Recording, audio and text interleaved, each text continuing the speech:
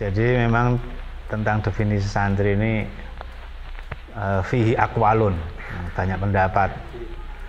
Sebagaimana dalam penggunaan yang paling umum, ya santri itu arahnya ya kepada anak atau seseorang yang belajar di pondok pesantren dalam rangka tafakuh fiddin, belajar ilmu agama, terus dalam rangka melatih diri agar memiliki karakter, memiliki akhlakul karimah.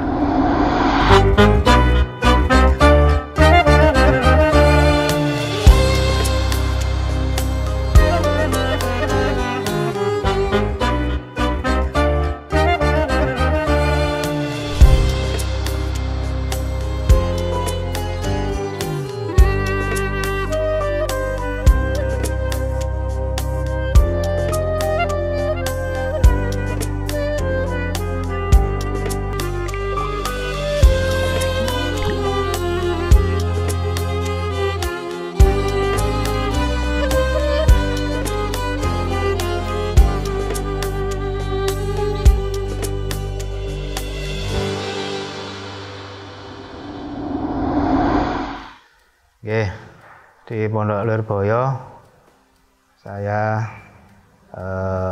salah satu anggota Badan Pembina dan Kesejahteraan Pondok Pesantren Lirboyo, juga pengasuh asrama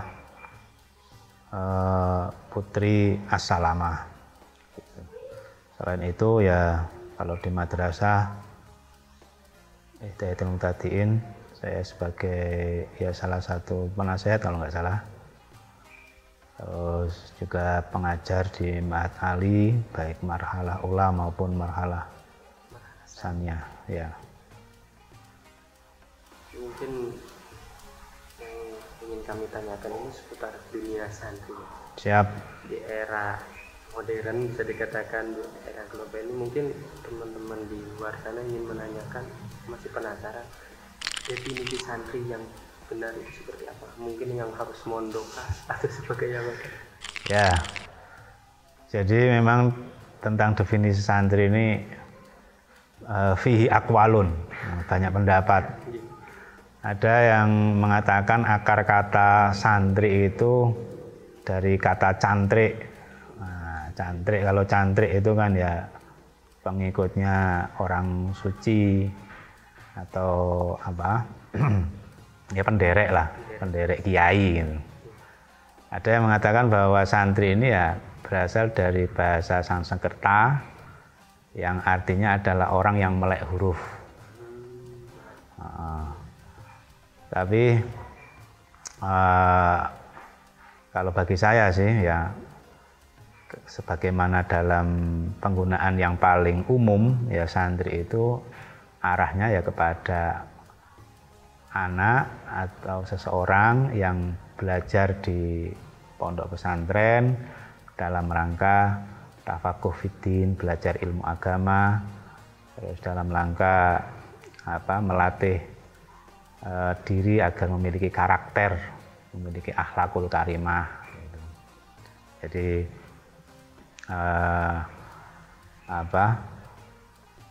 kan lebih spesifik ya, kalau namanya santri pertama ya tinggal di pesantren. Nah, di situ dia kemudian melakukan kegiatan tafakuh fiddin, ngaji ya, belajar tentang agama. Terus yang kedua atau dia juga itu melatih diri agar memiliki akhlakul karimah. Nah, kan di pondok pesantren itu isinya kan latihan, latihan mandiri, latihan bagaimana hidup bersosialisasi dengan banyak orang, sikapnya harus bagaimana, berbagi, begitu dan seterusnya. Oke. Kemudian ini mengenai santri juga, itu kan tidak lepas kemerdekaan itu dari sejarah. Oh ya, tentu. Mungkin peran santri dari masa ke masa ya, dari dulu sampai sekarang itu santri mewarnai negara Republik Indonesia. Ya, itu memang nggak bisa dibantah bahwa dari masa ke masa santri itu memiliki peran yang luar biasa untuk bangsa ini, bangsa Indonesia. Bahkan sejak sebelum lahirnya Republik Indonesia. Ya katakanlah misalnya dulu perlawanan terhadap Belanda pada yang dipimpin oleh Diponegoro, nah, itu kan pengikutnya Diponegoro kan santri-santri yang kemudian setelah Diponegoro ditangkap dan mereka dikejar-kejar oleh Belanda, akhirnya berpencar kemana-mana, dan kemudian banyak yang kemudian dari mereka ini mendirikan pesantren, termasuk salah satu contohnya kakek buyut saya di Pacul Goang. Itu dulu asalnya dari Jawa Tengah, dari Solotigo, dari Boyolali. Nah, kemudian waktu zaman dia pengikutnya Diponegoro, kemudian Diponegoro ditangkap, lari ke timur, dan kemudian akhirnya tinggal di Pacul Goang. Itu salah satu contoh. Nah, untuk masa-masa selanjutnya ya selalu begitu, mulai dari kemudian kemerdekaan, peran pesantri sangat jelas, bahkan kemudian akhir-akhir ini kemudian diakui oleh negara. Nah, diakui oleh negara dengan ditetapkannya tanggal 22 Oktober sebagai Hari Santri Nasional. Yaitu memang kita tahu tanggal 10 November itu sebagai Hari Pahlawan. Dan 10 November itu kan merujuk pada pertempuran di Surabaya. Pak, pertempuran di Surabaya itu tidak akan terjadi kalau sebelumnya tidak ada resolusi jihad yang dicetuskan oleh Yai Hasyim Asy'ari bersama para ulama itu. Jadi ya seperti itulah. Fakta menunjukkan bahwa peran santri di kemerdekaan itu jelas. Terus kemudian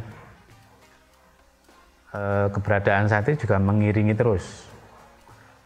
terus bangsa ini.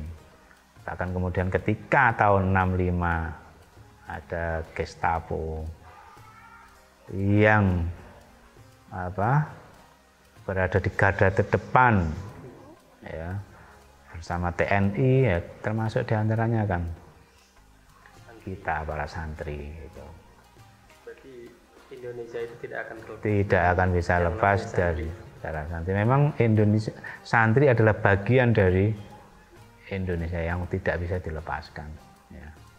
Bagian dari anak bangsa Indonesia. Mungkin ini kan semakin kesini di berbagai dunia pendidikan berlomba-lomba, ada yang sampai sekolah atas, dan ini kadang ini kita sebagai santri ya, ini idealnya itu di era modern itu harus seperti apa? Apakah ngaji dan sebagainya, kemudian untuk mewarnai dunia modern ini gimana? Kalau bagi saya ya santri tetap yang utama ngaji dulu. Nah, ngaji ini harus menjadi prioritasnya, tafaqquh fiddin. Nah, kemudian kalau kemudian dia memiliki waktu yang longgar, atau memang di pesantrennya itu ada pendidikan lain di luar ngaji, ya ikuti itu untuk menambah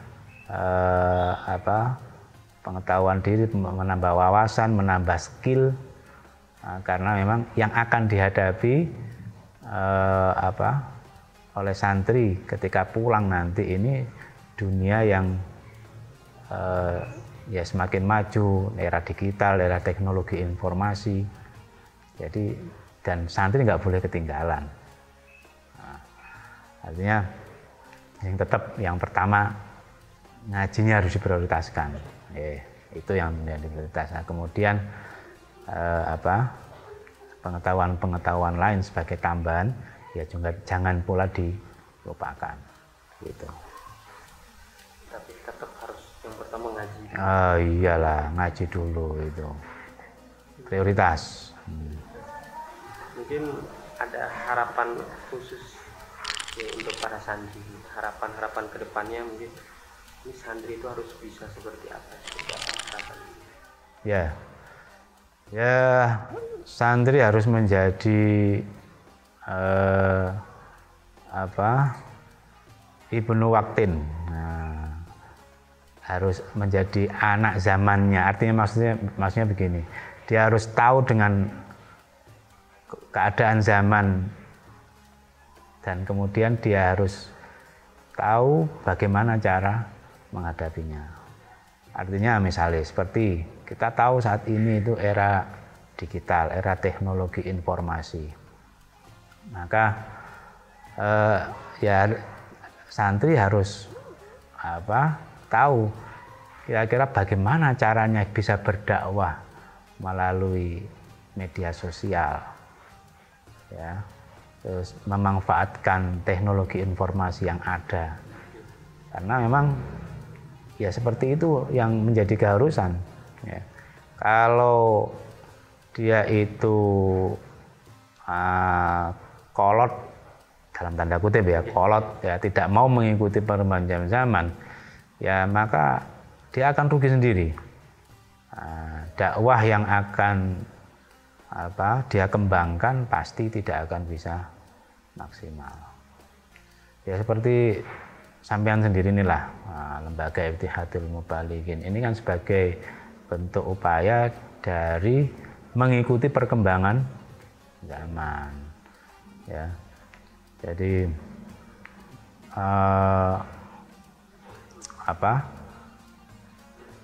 bahwa sekarang ini media sosial misalnya isinya hal-hal yang mayoritas negatif. Apakah kemudian kita itu harus meninggalkannya, ataukah kita harus masuk ke dalamnya dan mengisinya dengan hal-hal yang positif untuk mengimbangi hal-hal yang negatif tadi?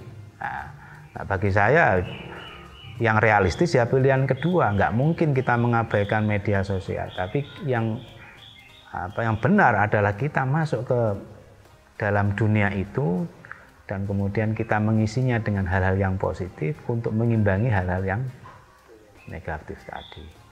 Nah ini yang tampaknya saat ini menjadi tantangan santri itu. Dan ya meskipun sudah mulai banyak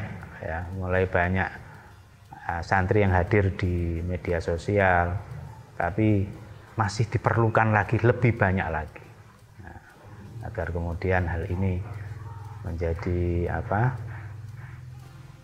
menjadi hal yang maksimal gitu. Jadi media sosial itu bukan menjadi penghalang bagi santri, bukan menjadi godaan. Ya jangan, malah itulah medan dakwah santri di masa depan. Ya. Sekarang ini orang semua tidak akan bisa lepas dari media sosial, mau yang tua, mau yang muda, mau yang di kampung, mau yang di kota, semua setiap hari akan mengkonsumsi informasi dari media sosial. Dan isinya media sosial kalau kita tidak ikut berpartisipasi ya isinya ya hal-hal yang negatif. Atau kalau toh ada hal-hal yang bersifat keagamaan, ya sementara ini harus kita akui yang banyak malah dari dalam tanda kutip ya dari orang-orang sebelah. Nah, dari kalangan kita ini masih sangat kurang. Nah, ini jadi tugas kita. Nah, begitu. Mungkin yang terakhir ini pesan untuk santri-santri itu. Oke. Ya, tekunlah belajar selagi diberi kesempatan untuk bisa ikut ngaji di pondok, dan bersungguh-sungguhlah ya kalau dawe Mbah Yai kita sepiro mulyamu besok ya tergantung sepiro rekosomu saiki. Kemuliaanmu yang akan kamu peroleh di hari nanti ya tergantung bagaimana kamu tekun belajar pada saat ini. Kalau saat ini belajarmu biasa-biasa saja ya, yang akan kamu dapatkan besok ya hal yang biasa-biasa. Tapi kalau kamu belajarnya saat ini sungguh-sungguh sampai diwangi rekoso, nah, maka nanti kemuliaan yang kamu peroleh adalah hal yang juga luar biasa, yang istimewa. Sopo wonge gelem ngaji ya bakal ngaji. Ngaji ini seperti apa ya tergantung ngaji ini seperti apa pula. Nah, terus ya kita kan juga apa jenenge sering kalau seperti dalam hadis itu Nabi Sulaiman disuruh milih antara harta, tahta dan ilmu. Nah, fahtaro al ilma. Nabi Sulaiman memilih ilmu. Dengan memilih ilmu kemudian ternyata dia mendapatkan juga tahta dan harta.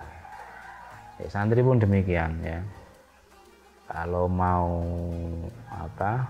dapat man arada dunya fa'alai bil ilmi. Mau dapat duniawi ya harus modalnya ilmu. Mau dapat akhirat ya fa'alai bil ilmi. Wa man arada huma ya fa'alaihi fil ilmi. Penting sungguh-sungguh lah. Terus kemudian ya tadi jangan harus peka dengan zaman. Nah, apa yang menjadi kebutuhan pada zaman ini dia harus tahu. Nah, kemudian menyiapkan dirinya untuk bisa menghadapi situasi zaman yang ada saat ini. Seperti yang saya sampaikan tadi, harus menjadi ibnu waqtin. Mengikuti zamannya. Yes. Minta doanya teman-teman ditutup dengan doanya. Ya Bon, semoga kita doa bareng-bareng, semoga kita mendapatkan ilmu yang manfaat. Al-Fatihah. A'udzubillahi minasyaitonir rajim. Bismillahirrahmanirrahim. Alhamdulillahirabbil alamin. Arrahmanirrahim. Maliki yaumiddin. Iyyaka na'budu wa iyyaka nasta'in. Shiratal ladzina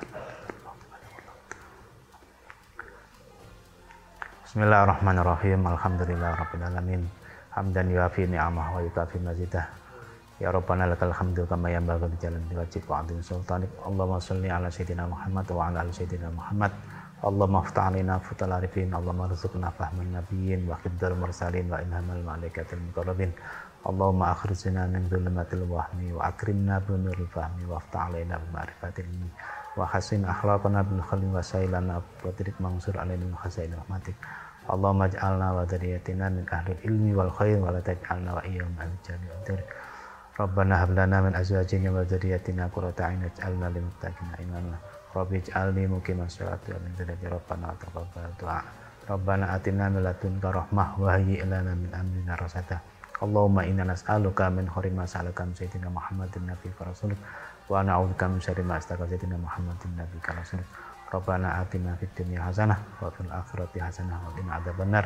Subhana rabbika rabbil izzati amma yasifun wa salamun alal mursalin walhamdulillah.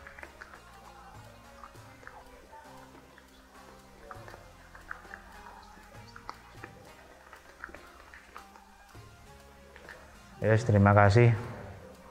Semoga ada manfaatnya tadi. Nggih, matur suwun sami-sami.